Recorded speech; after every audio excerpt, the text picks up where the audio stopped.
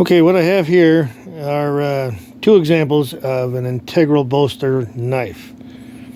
Okay, as you can see, the bolster is forged into this particular. This one's a chef knife, a 7-inch one, and this is made from a piece of 1-inch round high carbon steel.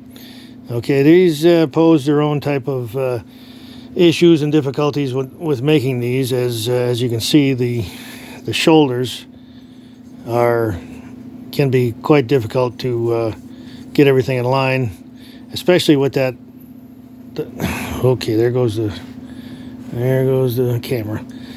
Getting everything straight and in line. Now, these are roughed out quite a bit already on the belt grinder. Okay, but ultimately, as soon as you get to a certain point here, you have to get to the file, hand filing. And there's just no way around it. Everything has to be hand fitted from there on out.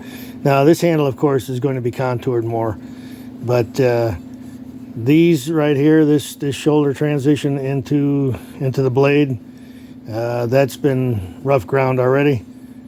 These, as I say, can be quite difficult. Okay, now so this is going to be the full-time tang. I'm sorry, knife. As you can see, it goes right straight through. The handle will be anchored and attached to that part right there. Now this one is a hidden tang integral bolster. Same principle, same work, and again it'll need to have the shoulders filed down. This one is going to have a leather handle on it and an end cap of some sorts at the end here, either antler or an aluminum butt cap. But this one will be hidden completely inside the handle material. But again, the detail work has to be done.